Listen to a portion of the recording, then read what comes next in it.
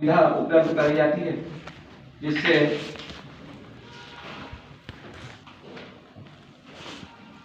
चूंकि पशुपालन में ये भी मौसम आधारित गतिविधियां होने से और लाइव एनिमल्स के देखरेख करने के कारण इसमें कुछ हानि भी हो सकती है। इसलिए गवर्नमेंट ने इसमें सब्सिडी के रूप में सहायता प्रदान की है। तो अधिकतम इसमें जो सब्सिडी है ये करीब 4.25 लाख की एक योजना है। इसमें 1,08,000 के आसपास सब्सिडी अनुदान रहता है और शेष 3,18,000 के लगभग बैंक ऋण के साथ 5 पशुओं से हम व्यवसाय शुरू कर सकते हैं। इसमें विभिन्न प्रकार की नस्ल जो हमारे यहाँ मिलती हैं पशुओं से, गाय और भैंस की, वो हम ले सकते हैं। जैसे भारत में विश्व की सबसे बढ़िया नस्ल भैंस की पाई जाती है, जो मुर्रा और जाफराबादी, ये 2 नस्ल काफी अच्छी नस्ल रहती हैं। इनसे दूध उत्पादन के लिए दूसरे अन्य पशु जो देशी पशु हैं उनसे काफी अच्छा दूध उत्पादन और लंबे समय तक दूध मिलता है। तो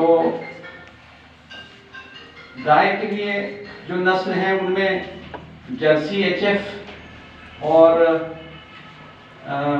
हमारे देश की गिर साहिवाल और थारपारकर ऐसे कुछ नस्ल हैं जो हम इनसे अपना व्यवसाय शुरू कर सकते हैं। अब चूंकि हम परंपरागत खेती के साथ साथ परंपरागत पशुपालन जो करते आ रहे हैं उसमें यदि हम फेरबदल करते हैं, उसमें सुधार करते हैं, तो हम लाभ की तरफ अपने व्यवसाय को ले जा सकते हैं। तो इन नीतियों के अंतर्गत हमें नस्ल सुधार के लिए भी इसमें ध्यान देना होता है। तो अच्छी नस्ल के पशु यदि पहले से ही हम यदि लाते हैं तो हमें उसमें और अच्छा फायदा होता है। ऐसे ही इसमें शासन द्वारा और नस्ल सुधार के लिए कुछ गर्भाधान संबंधी योजना है, जिसमें आपको सांड पाड़े भी प्रदान किए जाते हैं। उसमें भी अनुदान के रूप में करीब 80%, 75 से 80% अनुदान है उसमें, जिसमें मुर्रा नस्ल का पाड़ा और गिर साहिवाल नस्ल के सांड वगैरह नस्ल में सुधार कार्य के लिए पहले से ही आपको उपलब्ध कराए जा सकते हैं, जिससे आपको उसमें और नस्ल सुधार के लिए अन्य न जाना पड़े। इसमें नाबार्ड के द्वारा, नाबार्ड हमारे यहाँ का एक बैंक है, national bank for agriculture and rural development के नाम से। इसका बड़वानी जिले में मुख्यालय नहीं है, पर खरगोन बड़वानी जिले का एक मुख्यालय है खरगोन में। वहां से भी योजनाएं संचालित हैं जो करीब करीब सामान्य वर्ग के लिए 25% एवं SC/ST वर्ग के लिए 33% के रूप में अनुदान के साथ उपलब्ध है। इसमें भी बैंक ऋण के साथ दूध उत्पादन के क्षेत्र में अच्छा काम कर सकते हैं। ये नाबार्ड के द्वारा संचालित योजना है। फिर भेड़ एवं बकरी पालन भी यदि चाहें तो उसमें जा सकते हैं। अभी एक योजना और गाय भैंस के ऊपर और चल रही है, जिसमें जिन पशुपालकों के पास में कृषि नहीं है, खेती नहीं है, तो उन्हें तत्काल ऋण सुविधा उपलब्ध कराने के लिए शासन ने, गवर्नमेंट ऑफ इंडिया ने एक योजना चालू करी है, जिसमें KCC किसान क्रेडिट कार्ड, जो खेती के लिए क्रॉप लोन देते हैं, बगैर खेती के पशु यदि है उनके पास, तो दूध उत्पादक पशु के साथ में वो ऋण ले सकते हैं और बहुत अच्छी योजना है वो। उसमें एक भैंस के ऊपर 18,000 और एक गाय के ऊपर 15,000 का दूध देने वाले पशु पर बैंक के द्वारा ऋण बिना किसी गारंटी के तत्काल प्रभाव से दे दिया जाता है। इसमें केवल एक आवेदन पशु चिकित्सालय से करके और बैंक में उपलब्ध कराना होता है। डॉक्यूमेंट्स में केवल एक पैन कार्ड और आधार कार्ड KYC के अंतर्गत उसमें सब हो जाता है। इसमें किसी कोलेटरल, किसी बंधक की आवश्यकता नहीं है। केवल पशुओं की संख्या के आधार पर अधिकतम 1,60,000 तक का ऋण पशुपालकों को उनकी सुविधा के लिए वर्किंग कैपिटल के रूप में उपलब्ध कराया जा रहा है। बकरी पालन के लिए अभी एक पशुपालन विभाग मध्य प्रदेश के द्वारा जो योजना संचालित है वो छोटी है। 10 बकरी और 1 बकरे के साथ में, ऋण के साथ में और अनुदान के साथ में योजना है वो। ये करीब 75,000 की योजना है, जिसमें करीब सामान्य वर्ग के लिए 40% सब्सिडी है और SC/ST के लिए 60% तक उसमें सब्सिडी है। तो ये हम व्यवसाय शुरू कर सकते हैं।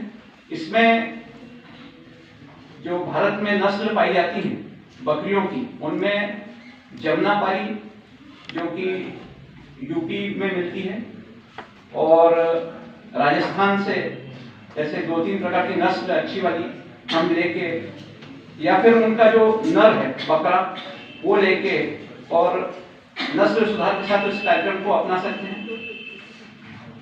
इस योजना को बढ़ावा देने के लिए गवर्नमेंट ऑफ इंडिया ने एक और बहुत बड़ी योजना चालू करी है। इसमें 500 बकरी और 25 बकरों के लिए एक योजना है, जिसमें करीब 85 लाख का खर्च है और उस पर 50 लाख तक का अधिकतम अनुदान है। तो यदि कोई बड़े रूप में करना चाहे तो उसको भी कर सकते हैं।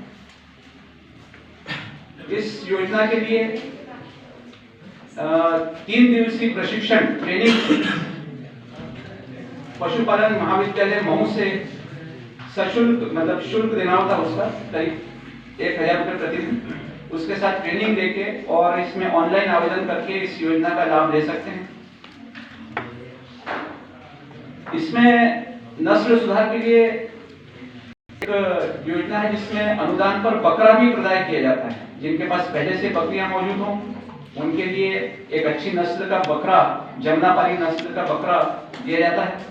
ये जमुनापारी नस्ल आपने यदि नाम नहीं सुना हो तो अपने भारत देश की सबसे बड़ी और सबसे अधिकतम दूध उत्पादन वाली बकरी है, जो करीब करीब एक समय में 2 से 2.5 लीटर तक दूध दे सकती है। और एक अहम बात है कि सांची के द्वारा दूध बकरी का क्रय करने की भी योजना चालू की गई है और ये इसका बकरी का दूध डेंगू बीमारी तथा अन्य बीमारियों में लाभदायक है।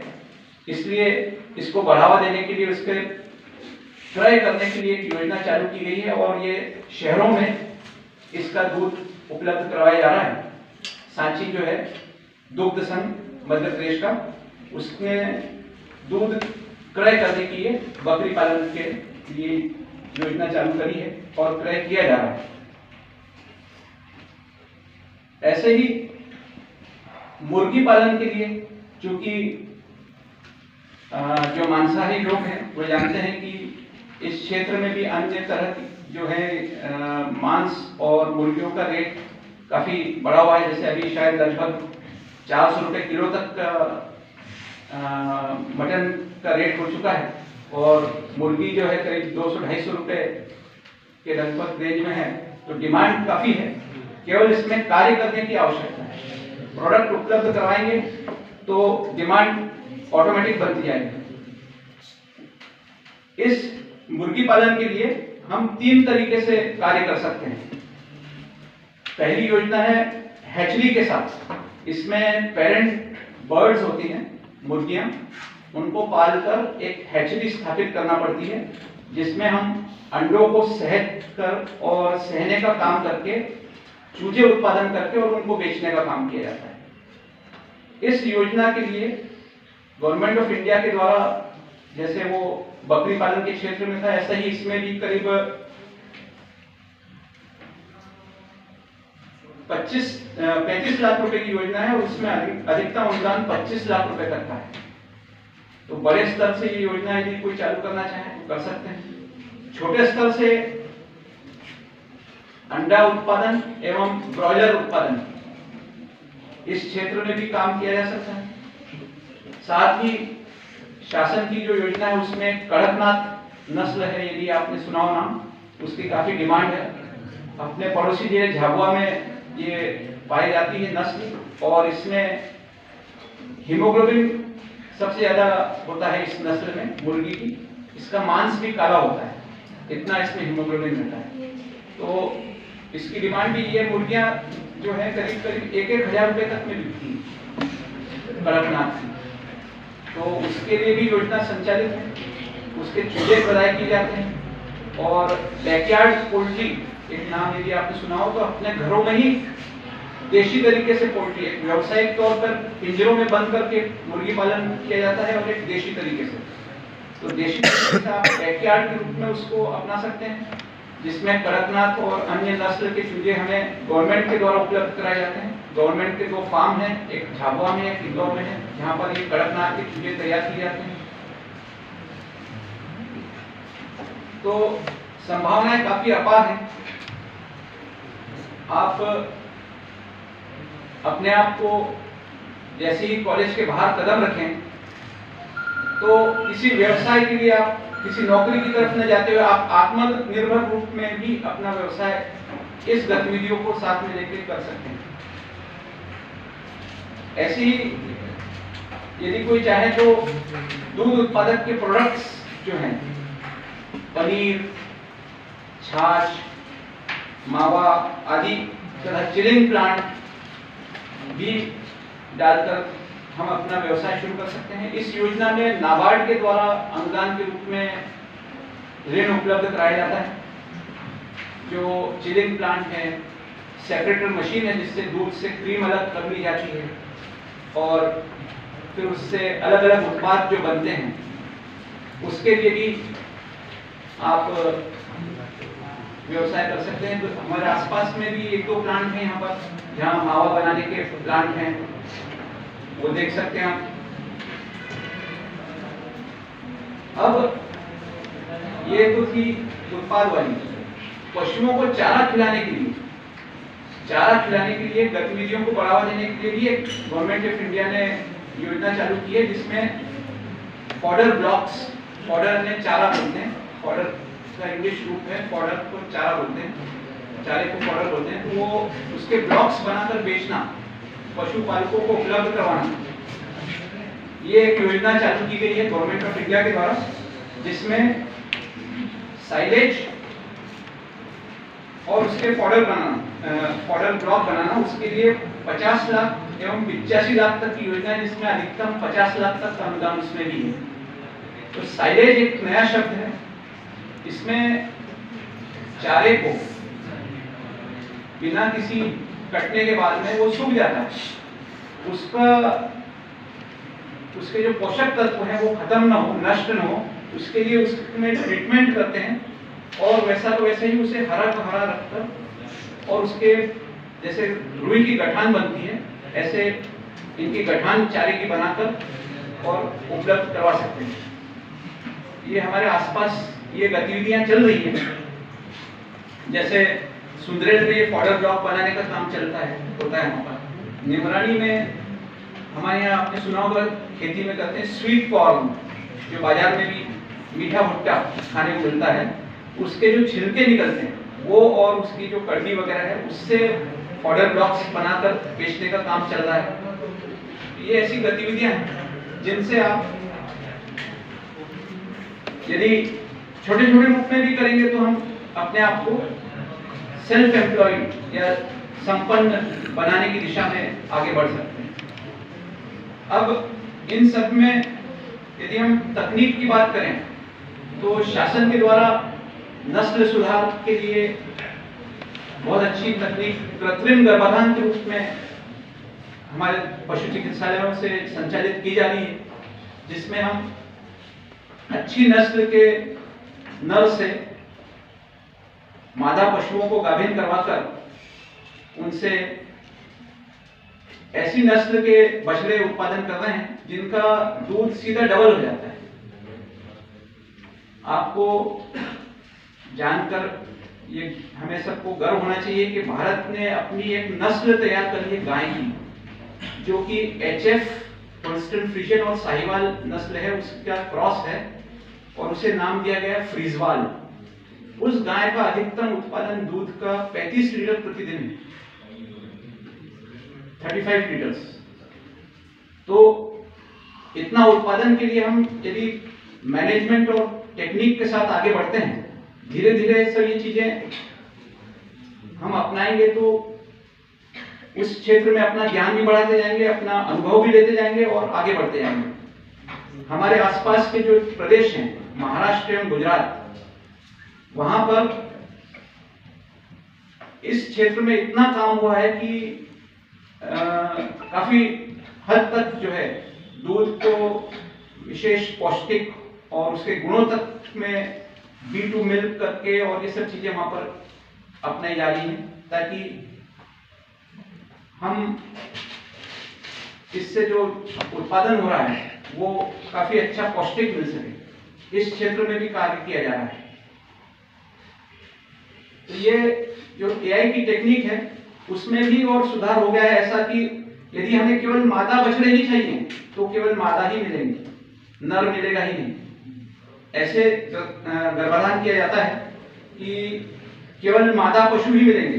अब नर पशु की आवश्यकता होती नहीं है, केवल बैलों के रूप में जो देशी पशु है उनसे हम अपना काम करते हैं। बाकी अभी मशीनीकरण के युग में खेती में ट्रैक्टरों को भी से काफी काम हो रहा है, तो बैलों के ऊपर अभी ध्यान नहीं है, तो नर पशु हमें इसमें उत्पादन मिलेगा ही नहीं, ऐसी टेक्निक है। और उसके अलावा भी एक नई टेक्निक है MOET, multiple ovulation embryo transfer technology. इन टेक्नोलॉजी की मदद से हम डायरेक्ट भ्रूण का एक विकसित बछड़े का ट्रांसफर करके और उससे हम पैदावार लेते हैं। ये सब चीजें हम इसलिए बता रहा हूं ताकि आपका रुझान इन नई चीजों की तरफ हो, आप इन चीजों को समझें और इनसे हमारे आसपास के क्षेत्र में, आपके आसपास के क्षेत्र में इसके बारे में बताएं और स्वयं भी इससे लाभ लें। हम एक स्व सहायता समूह के रूप में भी इस क्षेत्र में काम कर सकते हैं और गवर्नमेंट ने उस क्षेत्र में भी काफी बढ़ावा दिया है। अन्य गतिविधियों के लिए स्व सहायता समूह बने हुए, ऐसे पशुपालन के लिए भी स्व सहायता समूह बने हुए ग्रामों में, और सब इकट्ठे होकर, एकत्रित होकर एक गांव में एक उत्पाद और इस प्रकार की चीजें भी अभी चल रही। जैसे बड़वानी जिले के लिए अदरक कृषि के क्षेत्र में चयनित किया गया है, ऐसे ही हम अपने विक्रय के लिए स्व सहायता समूह बनाकर और ऐसे ही बड़े स्तर पर FPO बोलते हैं उसको, काफी बड़े स्तर पे 5-7 गांव के पशुपालक मिलकर फार्मर्स प्रोड्यूसर ऑर्गेनाइजेशन, ये नए आपको शब्द सुनने को मिल रहे होंगे, ये भी गतिविधियां चल रही है जिसमें हम ऐसे ग्रुप बनाकर अपने जो प्रोडक्ट हैं उनको व्यवस्थित बेचने का काम करके और अधिक लाभ ले सकें। ऐसी गतिविधियां हमारे विभाग के द्वारा संचालित हैं। अब चूंकि अब यहाँ आप सभी साइंस के स्टूडेंट्स तो ना हो, पर यदि कोई सेवा क्षेत्र में भी कार्य करना चाहे तो पशुपालन के लिए विभाग में गौ सेवक के रूप में अपनी सेवाएं दे सकते हैं। इसमें केवल 10th या 12th पास का ही एक मार्कशीट लगती है और ग्राम में जो प्राइमरी ट्रीटमेंट पशुओं के लिए वो उपलब्ध कराने के लिए गौ सेवक विभाग के द्वारा, हमारे विभाग के द्वारा उसको ट्रेनिंग देकर और ग्रामों में निजी कोई ऐसा उसमें पे स्केल नहीं है, पर निजी तौर पे आप वहाँ काम कर सकते हैं। उसमें भी करीब 6 महीने की ट्रेनिंग होती है, 3 महीने की शैक्षणिक और 3 महीने की प्रायोगिक। इस प्रकार से 6 माह की ट्रेनिंग के बाद में आप गौ सेवक के रूप में कार्य कर सकते हैं। फिर